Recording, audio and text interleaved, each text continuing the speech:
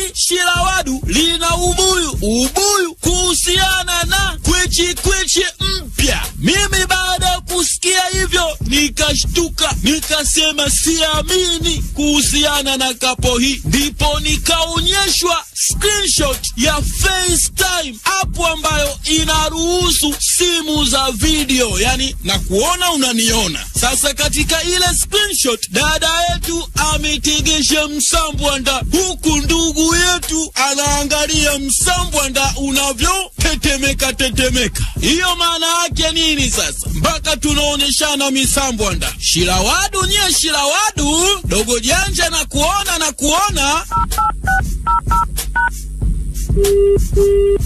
Hello? Dogo janja sikia. Ndugu yako hapa makorokocho.co. Poa, mambo vipi? Uko wapi? Mazoezi? Aise sikia. Namsikia Baraka hapo kwa mbali da Prince. Janja umeisha. Unapaka sana nafasi hiyo. Kuchoresha huyo. Sikia. Hivi wewe na Masogange mna nani gani? Mimi Masogange. Unaongea na mimi au unaongea na simu? Masogange mshikaji wangu sana. Kwa mimi mshikaji ni mtu ambaye ni mtu wa karibu, yani ni mwana. Unajua sometimes pia watu kuna marafiki wa aina tofauti. Watu shazoea kuniona mimi na marafiki maniga, lakini hapana, na marafiki wengi. Ni rafiki yangu sana. Sana. Sana. Ila ni rafiki yangu ambao natarajia kushika naye. Kwa hiyo tu katika maongezi pia.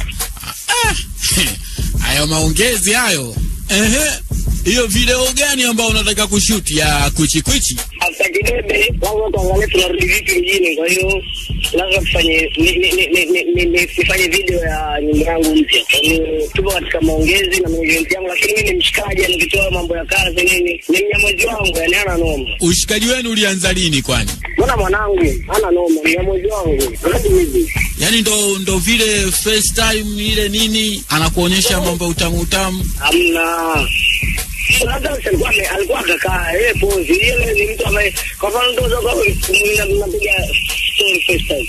Mtu anakuwa kalala, sasa anamtambua na mkubwa. Kwa hiyo kilala lazima aonekane. Kwa lazima aonekane lengo lake ni kunionyesha, lakini haikuwa vile. Ni mshikaji yani. Ule msambwando wewe utamani? Bwana. Unaongea na mimi unaongea na simu? Hata usogoro utamani ule msambwando tunaweza ukawa mchele arifu. Sio utamani ule msambwando tunaweza ukawa ni mchele asiye.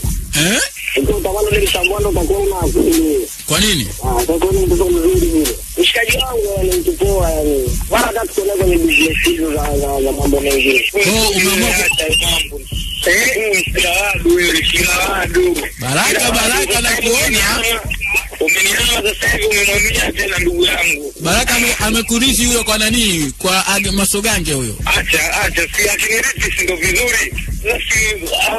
Mtu kijana wako anapokuwa anamrithi shemeji yake, mimi naona ndio vizuri kwa sababu hapo mimi kwanza hajakuwa mwanamke wangu Masogange, alikuwa ni mshikaji wangu. Mimi nashukuru sana kwa shemeji yangu kwa kijana hapa. Ni kitu kizuri sana kwa sababu kijana anakuwa naye anahitaji mtu kidogo wa kumfanya akili yake ichangamke. Baraka umejaa alafu umepangua shuti. Asante. Asante. Naomba muamini huyu sio nipumzishe mimi na huyu sasa hivi. Shirawadu na waona mnakula tu ubuyu. Hatushindi.